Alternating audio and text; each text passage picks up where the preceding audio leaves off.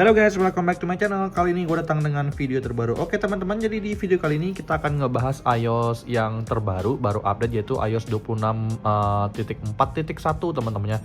Kebetulan sekarang gue udah menggunakan iPhone 15 Pro guys ya. Jadi akhirnya ibu bos memutuskan untuk menggunakan iPhone 6 yang lagi ngerekam ini. Dan sekarang akhirnya gue pun bisa menggunakan iPhone impian gue, iPhone 15 Pro. Thank you to ibu bos guys ya. Nah, jadi di sini guys, di sini gue akan kasih ke kalian review untuk dari iOS 26.4.1 itu apakah worth it untuk diinstal atau tidak. Jadi tanpa banyak basa-basi guys, kita langsung masuk ke video pembahasan kita berikut ini. Let's go. Yang pertama ingin gue share ke kalian, kalau misalkan untuk iOS 26.4.1 ini itu besarnya tuh 478,2 MB teman-teman, alias nggak sampai 500 MB, jadi mendekati 500 MB. Dan disclaimer, ini kalau misalkan kalian ada yang lebih besar atau ada yang lebih kecil dari gue, itu adalah hal yang normal, kalian nggak perlu pusing-pusing, karena itu adalah hal yang sangat biasa terjadi. Karena tergantung dari device yang running, di device apa, dan juga kalian iOS terakhir yang kalian running itu juga iOS apa, itu semua memiliki peran penting yang bisa menentukan seberapa besar iOS terbaru ini guys ya. Di sini ditulis this update provide bug fix for your iPhone. Jadi di sini kebanyakan memang hanya untuk memperbaiki bugs dan juga untuk security teman-teman ya, untuk Apple software updates dan lain-lain. Nah, jadi yang pertama kali pengen gue share ke kalian tuh dari sisi baterai. Baterai di iPhone 15 Pro sebelum install 26.4.1 ini di angka 86%. Di sini gue pengen ngajakin kalian untuk bareng-bareng cek baterai. Di sini kalau untuk baterai sendiri, baterai health di angka 86%, tidak ada penurunan sama sekali teman-teman. Nah, baterai menurut gue secara pribadi ya, dari pemakaian sehari-hari, setelah gue geber seharian ini juga gue ngerasa memang boros. Entah karena iPhone 15 Pro ini baterainya udah 86% atau memang karena nggak cocok di 15 Pro. Tapi kalau di compare atau dikomparasi dengan iPhone 16 itu jauh banget ya perbedaannya teman-temannya. Kalau gue dengan pemakaian biasa sehari-hari iPhone 16 gue itu yang lagi ngerekam ini, misalkan itu dari jam 9.30 pagi di angka 100%, mungkin sekitar jam 4.30 setelah gue pulang kerja itu masih di angka sekitar 56 atau 60% teman-temannya. Minimal banget ya, atau maksimal banget pemakaian gue tuh tembus di angka baterai sisanya tuh 49% lah guys ya, jadi setengahnya kepake itu. Nah, sedangkan kalau untuk iPhone 15 Pro dengan pemakaian yang sama, itu baterai gue tuh sisa di angka 39%, padahal juga sama-sama 100% dari jam 9.30 pagi. Tapi hal ini mungkin bisa dibantah dengan kapasitas baterai iPhone 15 Pro ini yang sudah di angka 86%. Jadi gue juga bisa informasikan dan konfirmasi ke kalian kalau misalkan baterai di 15 Pro yang sudah di bawah 90% itu berasa banget borosnya teman-temannya. Nah, kemudian yang ingin gue share ke kalian itu juga dari sisi iPhone storage. Di sini ada salah satu hal yang paling melegakan sedikit untuk kalian ketahui. Yang pertama-tama gue akan buka iPhone storage di sini, kemudian ada yang namanya iOS dan juga sistem datanya teman-temannya. Nah, jadi yang pertama-tama ingin gue share ke kalian itu adalah untuk sistem data di iOS 26.4.1 ini itu dia suka random.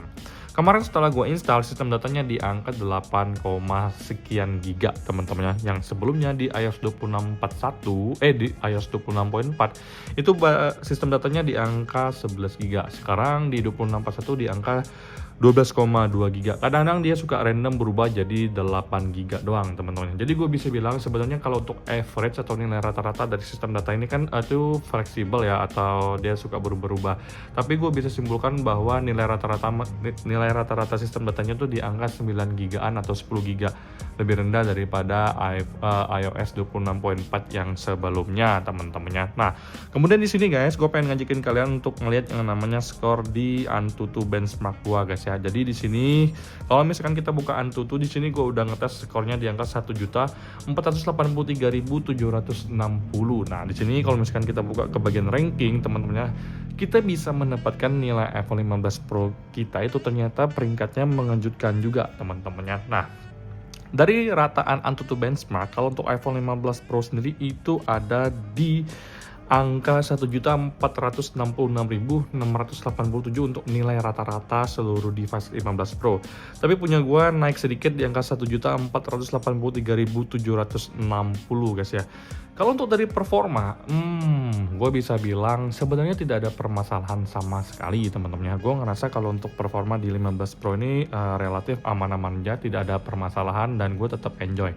Tapi ada beberapa hal yang ingin gue share ke kalian teman-temannya. Yang pertama, itu kalau misalkan kita buka untuk dari IG, itu dia suka force close. Ini gue udah sering ngalamin sih di 2641 ini, dia suka force close. Kalau buka trades teman-temannya, dia juga suka force close.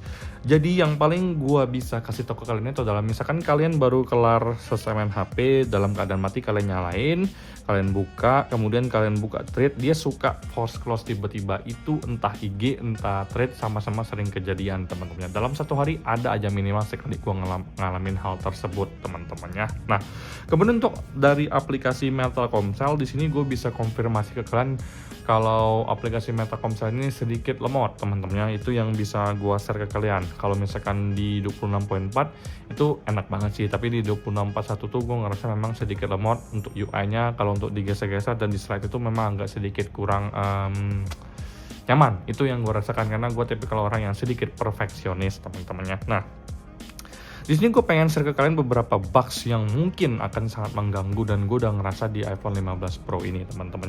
Yang pertama bugs itu adalah mungkin dari sisi lock-nya ini teman-teman ya. Kalian misalnya sendiri kalau kita lock ada jeda. Kalau kita lock ada jeda. Padahal kalau misalkan kita cek ke bagian side button-nya teman-teman ya, di side button kita cek di side button. Nah, ini kecepatannya itu udah yang paling tinggi default.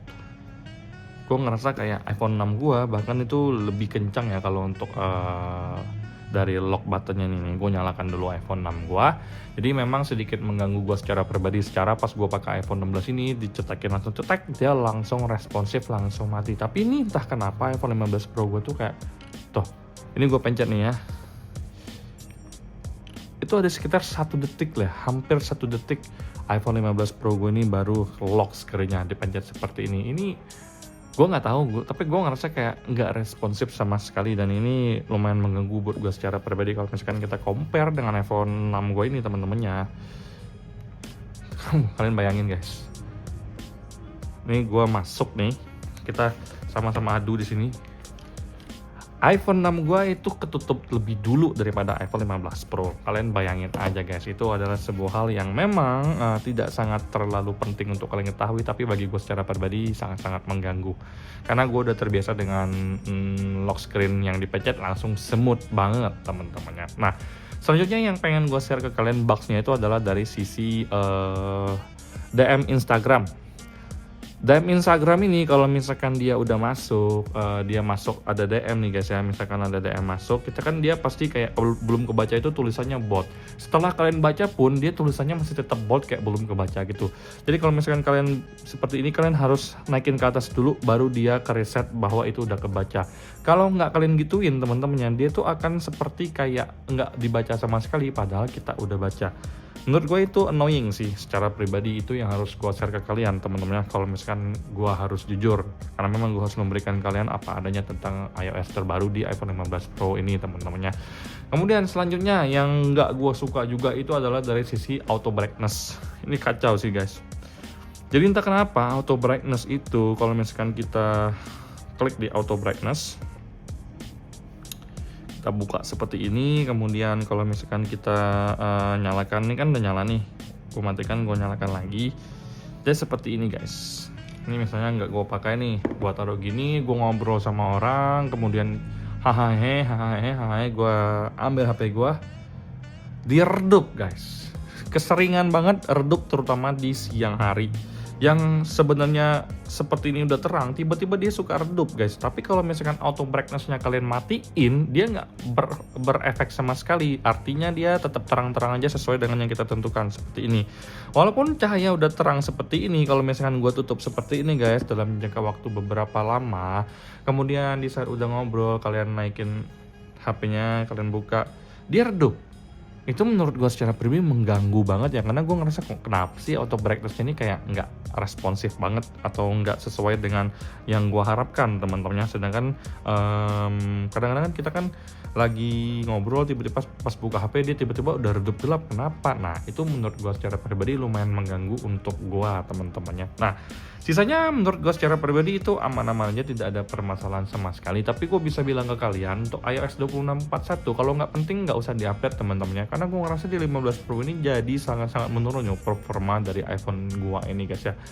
Kecewa banget sih guys, karena sebelumnya gue pakai iPhone 16 pas migrasi ke iPhone 15 Pro, install 2641 ternyata sangat-sangat tidak sesuai dengan ekspektasi gue. So, kalau misalkan kalian tidak punya permasalahan atau tidak ada bugs yang penting, mending kalian gak usah update sama sekali teman-temannya. Nah, kemudian untuk masalah WiFi.